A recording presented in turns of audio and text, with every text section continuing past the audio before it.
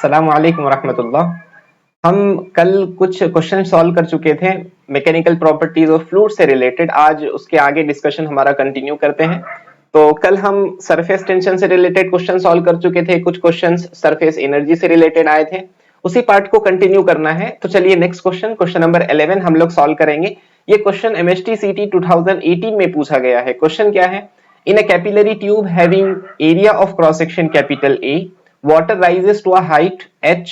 If cross-sectional area is reduced to a by 9, the rise of water in the capillary tube is.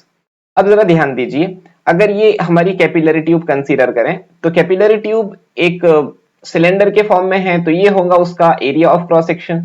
और अगर ये उसका area of cross section है तो area of cross section को हम लिख सकते हैं in the form of radius. Area can be written as pi are square. ठीक है, एरिया को पाई आर स्क्वायर के टर्म में लिखा जा सकता है। बाद में क्या हुआ, कैपिलरी ट्यूब चेंज हुई तो उसका एरिया चेंज होके बन गया A2, जो कि दिया हुआ है A divided by 9, A by 9। ये उसका एरिया बाद में चेंज होके बन गया।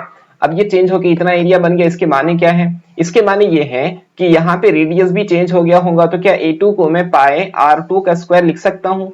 पाई R2 का square will be equal to A divided by 9। अब यहाँ हम A की वैल्यू रख लेते हैं, तो कितना हो जाएगा? तो हो जाएगा पाई R2 का square is equal to, initial area कितना था? Initial area pi R square के बराबर था। पाई R स्क्वायर उसके डिवाइड में आ गया 9, ये पाई और ये पाई यहां से कैंसिल हुआ, तो क्या बच गया? तो बचा है R2 का square is equal to R1 square, यानी initial radius square divided by 9। अगर हम दोनों जगह स्क्वायर रूट ले तो हमको बाद वाला रेडियस मिल गया। बाद वाला radius is equal to R by 3। बाकी कुछ भी चेंज नहीं हुआ है, सिर्फ कैपिलरी ट्यूब अपने एरिया को चेंज कर रही है, कैपिलरी ट्यूब का रेडियस चेंज हो रहा है, तो कैपिलरी हाइट भी चेंज हो जाएंगी। What is the formula for rise of liquid in the capillary tube? हमने फॉर्मूले याद किए थे। फॉर्मूला था H row R G is equal to 2T cos theta, 2T cos theta. यानी यहां पे देखो जी, डेंसिटी फ्लूइड की कांस्टेंट है, रेडियस चेंज हो रहा है, डेंसिटी कांस्टेंट है, acceleration due to gravity constant है, 2 तो कांस्टेंट नंबर है, सरफेस टेंशन फ्लूइड कांस्टेंट है तो सरफेस टेंशन भी कांस्टेंट होगा। cos ऑफ थीटा फ्लूइड और सॉलिड का जो पहले कांटेक्ट बन रहा था अभी भी वही बन रहा है, तो cos ऑफ थीटा कांस्टेंट होगा। यानी हम यहां से लिख सकते हैं कि H into R is equal to constant, यानी H is inversely proportional to radius की बात चल रही है। तो अब हम यहाँ पे लिख सकते हैं कि पहले हाइट H थी तो रेडियस R था, बाद में मान लीजिए हाइट H1 हो गई तो रेडियस हो गया R1, कैपिलरी ट्यूब चेंज हो गई ना, तो यहाँ से H1 की वैल्यू हमको मिल जाएंगी। H की वैल्यू कितनी है? H की वैल्यू स्मॉल h के बराबर, R की वैल्यू स्मॉल r के बराबर। H1 हमको पता करना है, स्मॉल r की वैल्यू रख लेते हैं। स्मॉल r कितना होगा? स्मॉल r जैसे अभी हमने कैलकुलेट किया R2 यानी बाद वाला रेडियस, ये बाद वाला रेडियस बराबर आ रहा है, बाद वाला रेडियस स्मॉल r ये बराबर आ रहा है R2 is equal to R by 3।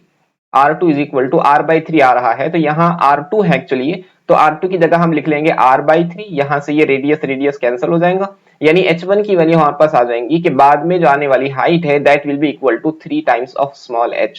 तो बाद में आने वाली हाइट इनिशियल हाइट का थ्राइस होगा, बाद में आने वाली हाइट इनिशियल हाइट का 3 टाइम्स होगा। So option B is correct one. Next question, question number 12। ये एमएसटी सीटी 2016 का क्वेश्चन है। क्वेश्चन बिल्कुल आसान है, हम इसको ध्यान से पढ़ेंगे, क्वेश्चन सॉल्व करने की कोशिश करेंगे। क्वेश्चन क्या है? In a capillary tube of radius r, a straight thin wire of radius small r is inserted symmetrically। तो मान लीजिए कि ये हमारी पुरानी कैपिलरी ट्यूब थी, मैं इसको समझने के लिए थोड़ा बड़ा बना रहा हूं। कैपिलरी ट्यूब इतनी बड़ी नहीं होती, बहुत छोटी होती है। अगर इस ट्यूब का रेडियस स्मॉल r है तो इसका डायमीटर 2r के बराबर होगा, है ना, इसका डायमीटर 2r के बराबर हो गया। इस ट्यूब के अंदर एक बहुत ही पतला सा वायर, थिन वायर इंसर्ट किया गया, उस थिन वायर का रेडियस 2r के बराबर है, तो उस वायर का डायमीटर 2r के बराबर हो जाएगा। डायमीटर 2r के बराबर इतना सा वायर वहां पर इंसर्ट किया गया।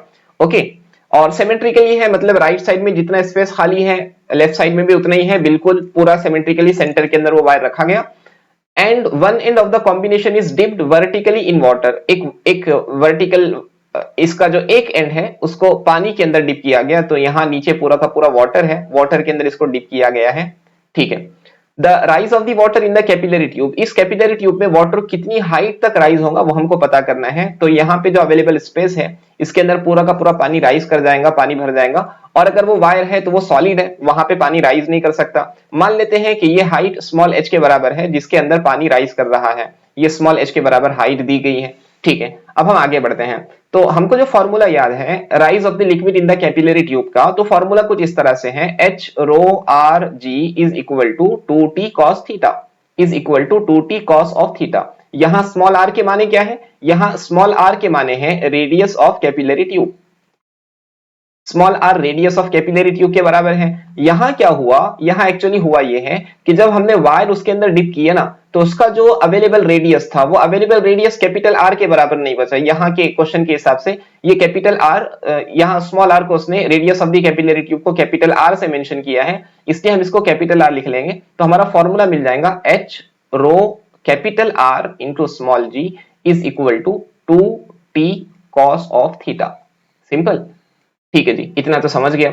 अब यहां हुआ क्या, पहले हमारी कैपिलरी ट्यूब जब वायर डिप नहीं किए थे तो कुछ इस तरह से होंगी, तो उसका अवेलेबल रेडियस कैपिटल आर के बराबर होगा। अब क्या हुआ, अब यहाँ पे एक पूरा का पूरा वायर आ गया है, यहाँ वायर आने की वजह से उसके पास जो अवेलेबल स्पेस है उस अवेलेबल स्पेस में डिक्रीमेंट हुआ। कितना डिक्रीमेंट हुआ, स्मॉल आर से अगर उसका वायर का रेडियस हमने मान लिया स्मॉल आर, तो यहाँ जो अवेलेबल रेडियस होगा वो कैपिटल आर के बराबर नहीं होगा, available radius capital R minus small r के बराबर होगा। समझ रहे हैं ना, पहले पूरी ओपन स्पेस थी कैपिटल आर के बराबर, उसके अंदर एक छोटा सा वायर लाकर रख दिया गया तो अवेलेबल स्पेस कम हो गई, capital R minus small r के बराबर। तो ये फॉर्मूले के अंदर कुछ चेंजेस होंगे, स्मॉल एच जैसा का वैसा, डेंसिटी जैसा का वैसा, कैपिटल आर की जगह पर क्या मैं capital R minus small r लिख सकता हूं, क्योंकि रेडियस अब कैपिटल आर के बराबर नहीं बचा, आर माइनस स्मॉल आर के बराबर हो गया है, तो मिनिस्कस भी चेंज हो जाएगा, स्मॉल जी जैसा का वैसा, यहाँ पे 2t cos ऑफ थीटा में एज इट इज लिखता हूं। अब ये 2t cos ऑफ थीटा यहाँ आ गया है, तो हम यहां से h की वैल्यू पता कर सकते हैं। सो h की वैल्यू मिल जाएंगी 2t cos of theta, 2t cos of theta divided by rho g, और साथ में हम ब्रैकेट में लिख सकते हैं capital R minus small R. अब बात चल रही है वाटर की, तो वाटर के केस में एंगल ऑफ कांटेक्ट होता है जीरो, एंगल ऑफ कांटेक्ट होता है zero.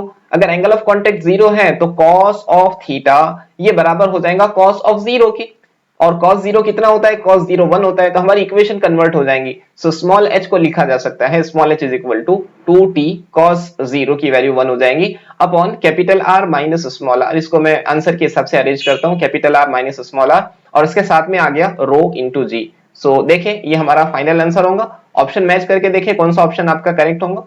So option number I think option C is correct one, option C हमारा करेक्ट ऑप्शन होगा। तो क्वेश्चन बिल्कुल आसान था, फॉर्मूले के अंदर थोड़ा सा अरेंजमेंट करना है, हमारा आंसर तैयार है। ये क्वेश्चन समझ गए, नेक्स्ट क्वेश्चन की तरफ बढ़ते हैं हम, question number 13। So next question, question number 13, ये भी बिल्कुल पिछले क्वेश्चन की तरह ही है। A liquid rises to a height of 1.8 centimetre, तो पहली हाइट उसने दिया है, मान लेते हैं पहले वो 1.8 सेंटीमीटर तक राइज कर रहा था इन अ ग्लास कैपिलरी ए। तो ये बात चल रही है ए के लिए, तो मैं इसको एच ए लिख लेता हूं, ठीक है ना।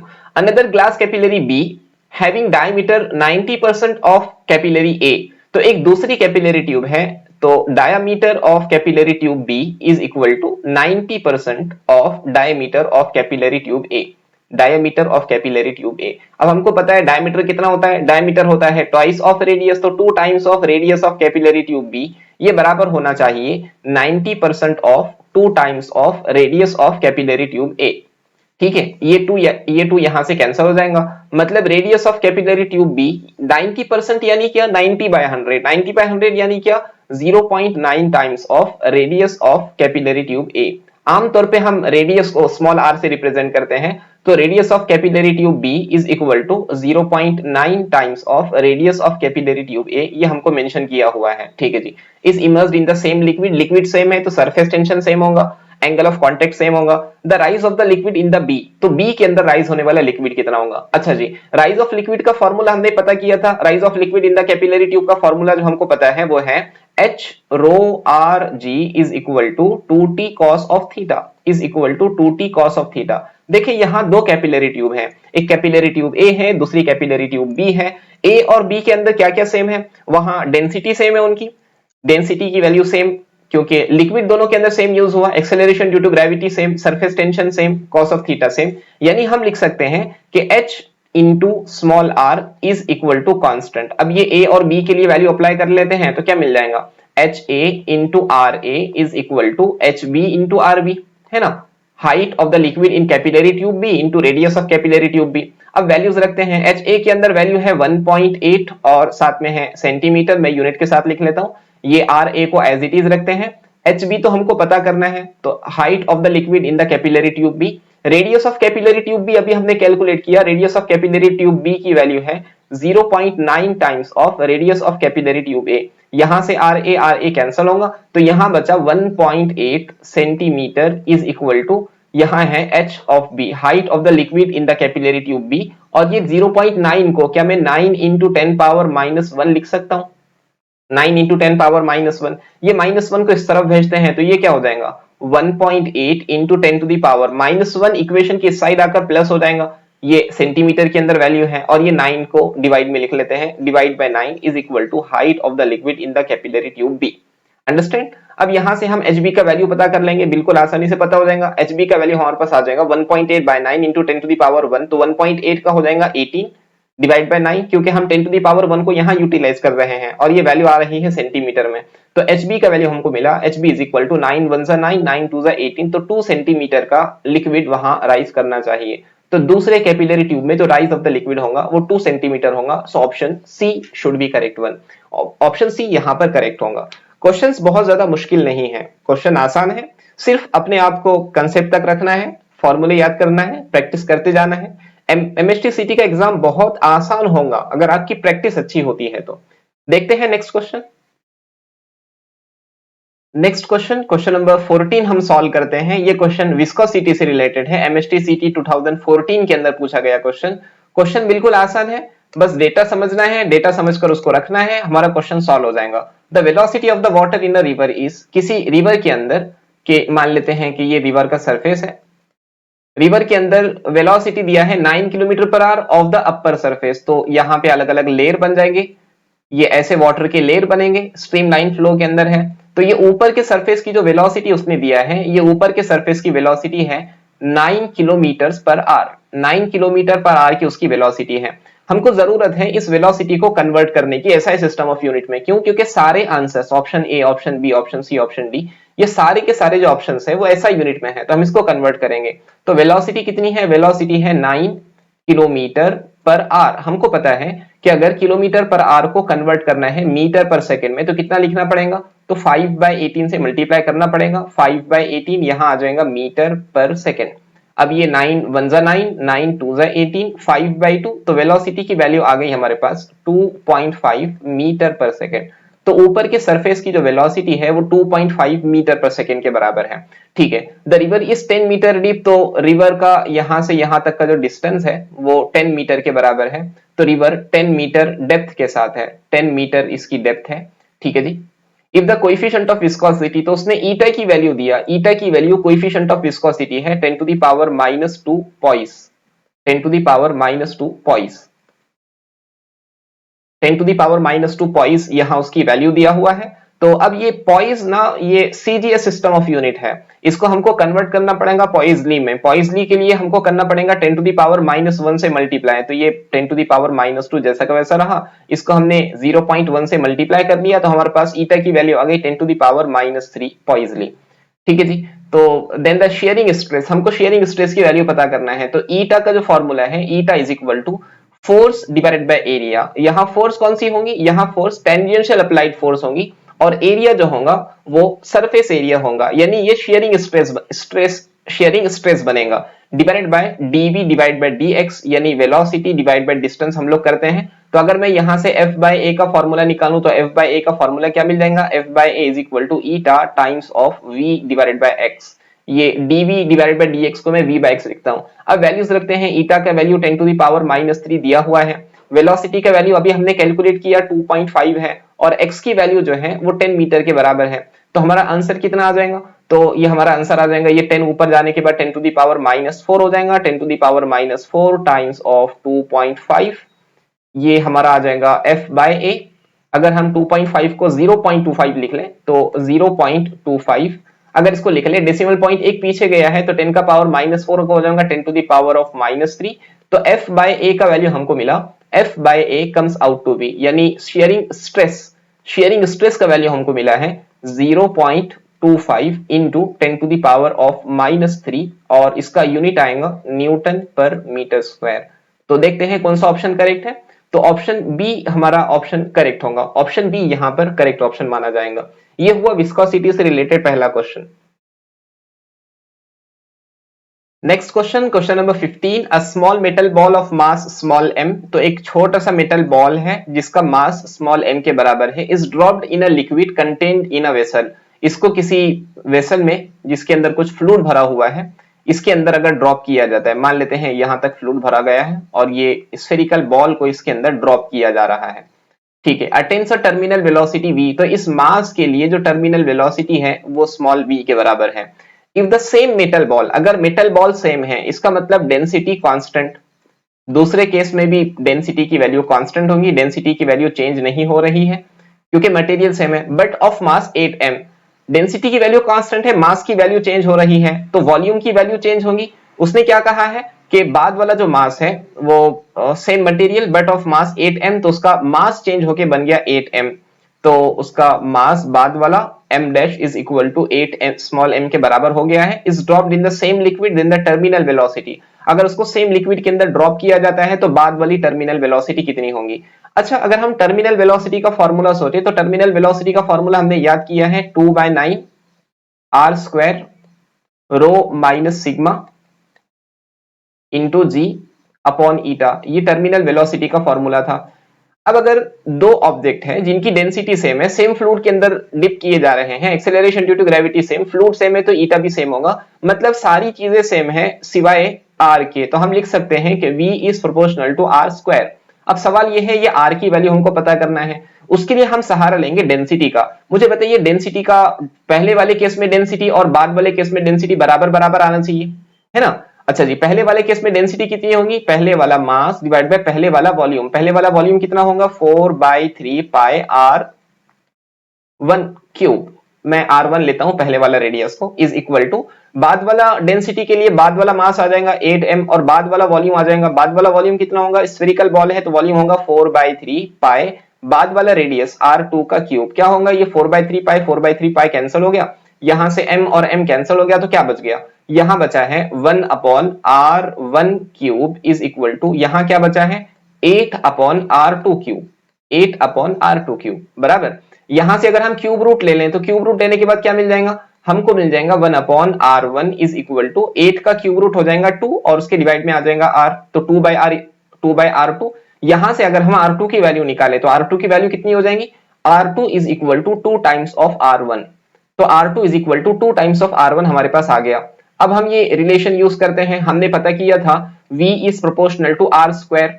अगर हम दो केसेस कंसीडर कर रहे हैं तो पहले वाली वेलोसिटी डिवाइड बाय दूसरी वाली वेलोसिटी, ये बराबर हो जाएंगी पहले वाले रेडियस का स्क्वायर डिवाइड बाय दूसरे वाले रेडियस का स्क्वायर डिवाइड बाय r2 का स्क्वायर, ठीक है ना। मतलब कितना हो जाएगा, तो अगर हम v1 डिवाइड बाय v2 कर लें तो r1 की वैल्यू तो हमको पता ही है, r1 की वैल्यू को हम एज इट इज रखते हैं r1 स्क्वायर, और r2 की वैल्यू अभी हमने कैलकुलेट किया r2 2r1 के बराबर है, तो r2 स्क्वायर कितना हो जाएगा, ये हो जाएगा 4r1 स्क्वायर के बराबर, correct.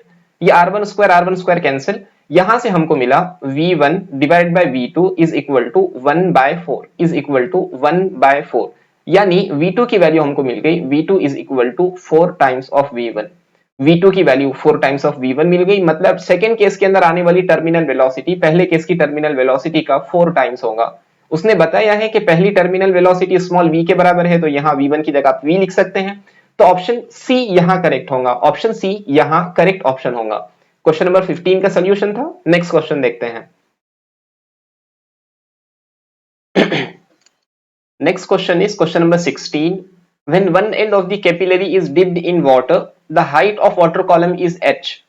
So the given is, if one end of the capillary is dipped in water, then the water rise in the capillary tube up to height h.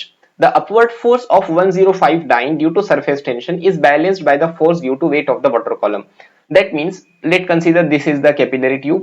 ये अगर हमारी कैपिलरी ट्यूब है, इसके अंदर water कुछ h height तक rise कर जाता है, यहां तक वाटर का मान लेते हैं वाटर राइज कर रहा है।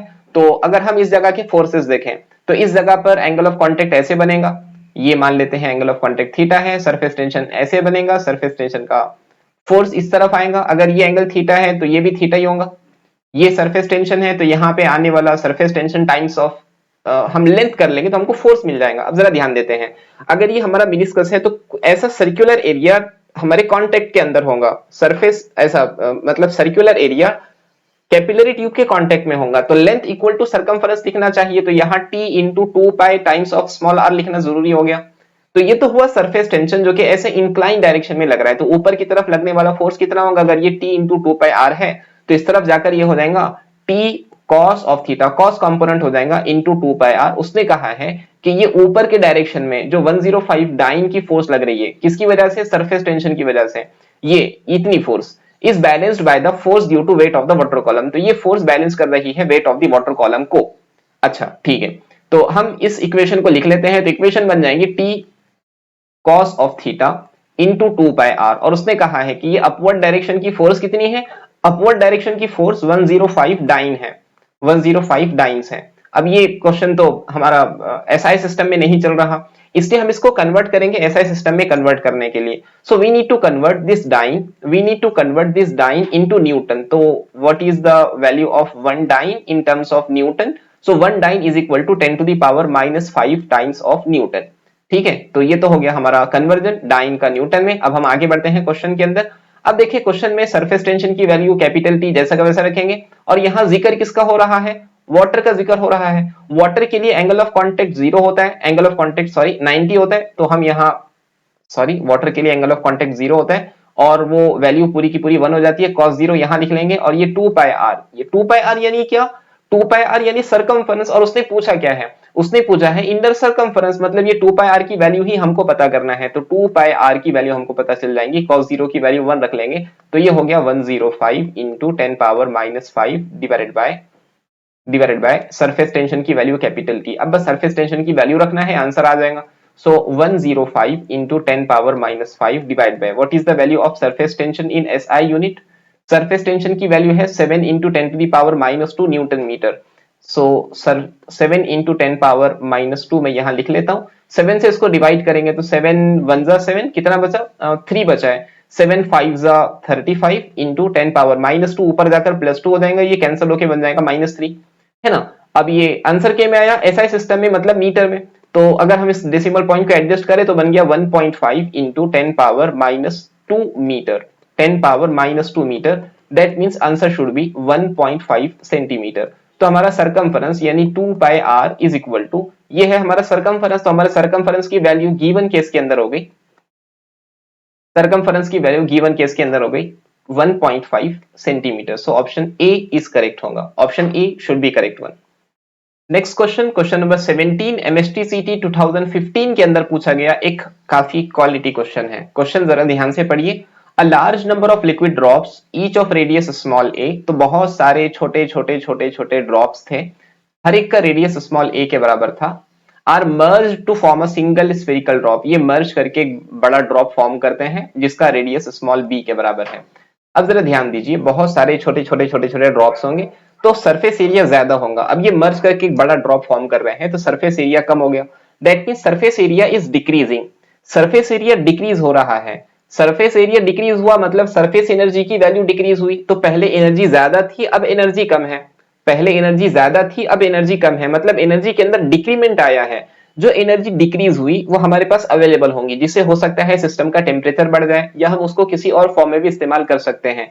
यहां उसने क्या कहा, the energy release in the process, पक्की बात है एनर्जी रिलीज होगी, कन्वर्टेड इनटू काइनेटिक एनर्जी, उस एनर्जी को कन्वर्ट किया गया kinetic energy of the big drop, the speed of the big drop, तो हमको उस एनर्जी को कन्वर्ट करना है काइनेटिक एनर्जी के फॉर्म में और उसको अप्लाई करना है बड़े ड्रॉप को जिससे कि वो मूव कर सके। तो हमको पता करना है speed of the big drop क्या होगा। तो सबसे पहले हम पता करते हैं कि कितनी एक्सेस एनर्जी वहां प्रोड्यूस हुई होंगी, that means change in surface energy हमको पता करना है। सरफेस एनर्जी का फॉर्मूला क्या है, surface tension times of change in area, surface tension times of change in area, correct है। ठीक है जी, तो हम क्या करते हैं, सरफेस एनर्जी की वैल्यू पहले कैलकुलेट कर लेते हैं। तो सरफेस एनर्जी की वैल्यू कितनी हो जाएंगी, surface tension as it is रहा, इनिशियल एरिया कितना था, पहले n नंबर ऑफ ड्रॉप्स थे और हर ड्रॉप का रेडियस स्मॉल a के बराबर है, हर ड्रॉप का रेडियस स्मॉल a के बराबर है, तो एरिया हो जाएगा 4 पाई स्मॉल a स्क्वायर, ठीक है, माइनस बाद में एरिया कितना हो गया, एक ही ड्रॉप बन गया जिसका रेडियस b के बराबर है, तो 4 पाई b स्क्वायर बाद में रेडियस बन गया। एरिया बन गया, सॉरी। तो यहाँ सरफेस एनर्जी, अब ये सरफेस एनर्जी को हम कन्वर्ट कर रहे हैं, ये एनर्जी दी जा रही है इन the form of kinetic energy. तो मैं यहाँ एनर्जी को काइनेटिक एनर्जी के साथ इक्वेट कर लेता हूँ, लिख लेता हूँ हाफ एम वी स्क्वायर। और ये मास किसका होगा? मास ये बड़े ड्रॉप का होगा जिसका रेडियस स्मॉल बी के बराबर है, तो मैं इसको एम बी लिख लेता हूँ, is equal to surface tension times of, यहां से small n as it is लिखता हूं, यहां से मैं 4 पाई कॉमन निकाल लेता हूं, तो यहां बच जाएगा ए स्क्वायर, यहां बच जाएगा बी स्क्वायर, और बाहर निकल कर आ गया 4 पाई। करेक्ट है? ठीक है। अब देखो ऑप्शन में हर जगह डेंसिटी डेंसिटी डेंसिटी आपको दिख रहा है, तो हम क्या करते हैं, ये मास को हम डेंसिटी के फॉर्म में कन्वर्ट करते हैं। तो ये 1/2 एज इट इज, मास को डेंसिटी के फॉर्म में क्या लिखेंगे, मास को लिखा जाएगा डेंसिटी, और वॉल्यूम, वॉल्यूम किसका? बड़े ड्रॉप का वॉल्यूम। वॉल्यूम कितना होगा? 4/3 पाई बड़े ड्रॉप का रेडियस का क्यूब, बी क्यूब, और वेलोसिटी का square is equal to surface tension times of 4 pi under the bracket of n a square minus B square. इतना समझ गए? N a square minus B square. अब कुछ cancel होगा यहाँ से, ये पाई और ये पाई कैंसिल, ये 4 और ये 4 कैंसिल, जो बचा वो लिख लेते हैं। यहाँ ऊपर की तरफ बचा है डेंसिटी, उसके डिवाइड में है 2, तो डेंसिटी डिवाइड बाई 2, और साथ में क्या बचा है, डेंसिटी चला गया, 2 चला गया, यहाँ 3 है, तो इसको मल्टीप्लाई में 3 लिख लेते हैं, मल्टीप्लाई में 3, ऊपर क्या बचा, पाई तो कैंसिल हो गया ना, ऊपर बचा है B cube into v square, और इस तरफ क्या बचा है, इस तरफ बचा है surface tension under the bracket of n a square minus B square. Okay. अब हम वेलोसिटी का वैल्यू यहां से निकाल लेंगे, तो वेलोसिटी का स्क्वायर क्या मिल जाएगा, ये 3 2 6, तो ये आ जाएगा 6t divided by rho under the bracket of, sorry यहां पर रो के साथ बी क्यूब भी मल्टीप्लाई में होगा, तो यहाँ बी क्यूब आ गया, यहाँ n इंटू ए स्क्वायर माइनस बी स्क्वायर मैं एज इट इज लिख लेता हूं। ठीक है। अब जरा ध्यान दीजिए, ये बी क्यूब को क्या मैं अंदर लिखकर जा सकता हूं ब्रैकेट के अंदर, तो क्या मिल जाएगा, v square is equal to 6 capital T divided by, यहां बी क्यूब को अंदर लेकर चले जाते हैं तो डेंसिटी यहां एज इट इज रहेंगी, small n times of a square divided by B cube minus B square divided by B cube. अब यहाँ एक टर्म यूज होने वाला है, अगर बहुत सारे छोटे छोटे ड्रॉप मिलकर बड़े ड्रॉप में कन्वर्ट हो रहे हैं तो क्या चीज कांस्टेंट होगी, अगर बहुत सारे छोटे छोटे मिलकर बड़े ड्रॉप में कन्वर्ट हो रहे हैं तो वॉल्यूम उनका कांस्टेंट होना चाहिए, तो हम उनके वॉल्यूम को इक्वेट कर लेते हैं। तो वॉल्यूम कितना होगा, बड़े ड्रॉप का जो वॉल्यूम है, बड़े ड्रॉप का वॉल्यूम कितना होगा, बड़े ड्रॉप का वॉल्यूम होगा 4/3 पाई उसका रेडियस का cube, that means b cube, ये बराबर होने चाहिए छोटे ड्रॉप्स जिनका number of small drops small n है, और हर ड्रॉप का वॉल्यूम 4/3 पाई और उसके रेडियस यानी ए क्यूब के बराबर है। तो यहां से ये 4/3 पाई कैंसिल हो जाएगा, यहां से हम स्मॉल एन की वैल्यू निकाल सकते हैं, तो स्मॉल एन की वैल्यू हमको मिल गई, small n is equal to b cube divided by A cube, b cube divided by A cube, ये हमारे पास स्मॉल एन की वैल्यू आ जाएंगी। अगर स्मॉल एन की वैल्यू हमारे पास अवेलेबल है तो हम ऐसा करेंगे, ऊपर वाली इक्वेशन में स्मॉल एन की वैल्यू रख देंगे, तो ऊपर वाली इक्वेशन के अंदर स्मॉल एन की वैल्यू रख देते हैं। तो ऊपर वाली इक्वेशन क्या है, ऊपर वाली इक्वेशन हमारे पास है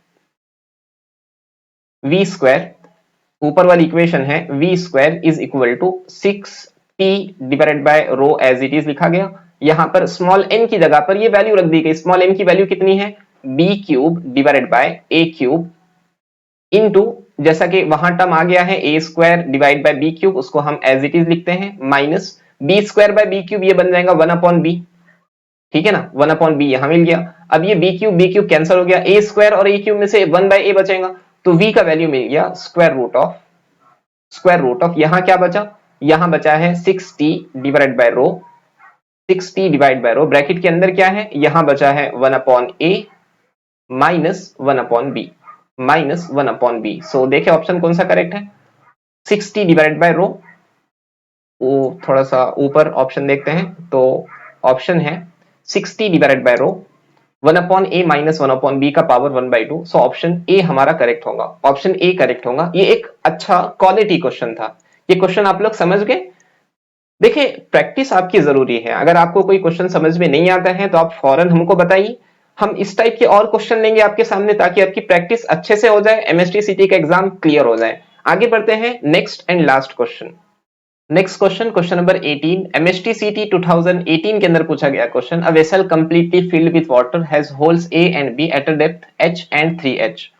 तो ये एक हमारा कुछ वेसल है कुछ इस तरह, उसमें पूरा का पूरा वाटर फिल किया हुआ है, दूसरी चीज जो उसने मेंशन किया, यहाँ दो होल है, एक तो होल ए है, ये कितनी डेप्थ पर है, ये स्मॉल h डेप्थ के ऊपर यहाँ एक होल किया हुआ है, इसको नाम दिया गया ए। दूसरा होल जो है वो बी है। देखिए यहाँ पे water has holes A and B at a depth h and 3h, तो h पर एक होल है और 3h पर दूसरा होल है। उस होल को नाम दिया गया स्मॉल बी, उस होल को नाम दिया गया बी। बी यहाँ दूसरा होल है और उसने मेंशन किया है होल ए इज स्क्वायर, तो जो ए है ना वो स्क्वायर शेप के अंदर है, ए होल स्क्वायर शेप के अंदर है। और जो बी वाला होल है, होल बी जो है वो किस शेप के अंदर है, होल बी इज सर्कल, ये होल बी सर्कुलर शेप के अंदर है, होल बी सर्कुलर शेप के अंदर है। The water flowing out per second from both the holes is same, इन दोनों होल के अंदर से जो वाटर एक सेकेंड में बाहर आ रहा है वो दोनों में सेम है। मतलब volume of water flowing out from A is equal to volume of water flowing out from B. Volume एक सेकेंड के अंदर, वॉल्यूम डिवाइड बाय टाइम, ये एक सेकेंड के अंदर किस में से फ्लो होने वाला, ए में से फ्लो होने वाला, ये बराबर है वॉल्यूम एक सेकेंड में फ्लो होने वाला किसके अंदर से, बी के अंदर से फ्लो होने वाले। ठीक है ना। वॉल्यूम को क्या लिख सकता हूं मैं, वॉल्यूम को क्या मैं एरिया इंटू डिस्टेंस लिख सकता हूं और इसके डिवाइड में आ जाएगा टाइम। ये सारा कैलकुलेशन ए के लिए है, ए वाले होल के लिए। उसी तरह यहां के वॉल्यूम को भी क्या मैं एरिया इंटू लेंथ लिख सकता हूं, area into length divide by time, और ये सारा कैलकुलेशन होल बी के लिए है। अब लेंथ बाय टाइम वेलोसिटी हो जाएंगी, यहां से जो वाटर बाहर आ रहा है टर्मिनल वेलोसिटी, तो मैं इसको लिख लेता हूं area of hole A into terminal velocity of fluid coming out from hole A is equal to area of hole B into terminal velocity of fluid from hole B। ठीक है ना। अब एरिया ए का, ए तो square है, square का area कितना हो जाएगा, स्क्वायर का एरिया हो जाएगा एल स्क्वायर, और टर्मिनल वेलोसिटी ए के लिए कितनी, एच हाइट के ऊपर है, फ्री सरफेस से एच हाइट के ऊपर है, तो टर्मिनल वेलोसिटी का फॉर्मूला मिलेगा अंडर रूट 2gh। देखो एच हाइट के ऊपर है ना, ऊपर से हाइट ली जाती है फ्री सरफेस से, बराबर हो जाएगा बी के लिए एरिया कितना होगा, pi are square, pi are square, और बी के लिए वेलोसिटी कितनी हो जाएगी अंडर रूट 2g, और हाइट कितनी है उसकी, उसकी हाइट फ्री सरफेस से 3h गिवन है, तो इसलिए मल्टीप्लाई बाय 3h कर लेते हैं। ओके, तो अब मैं इसको थोड़ा सा एडजस्ट करता हूं, तो ये एल स्क्वायर, इसको क्या मैं अंडर रूट 2gh को मैं एज इट इज लिखता हूं, under root 2gh is equal to ये पाई और यहाँ का आर स्क्वायर भी एज इट इज लिखता हूं।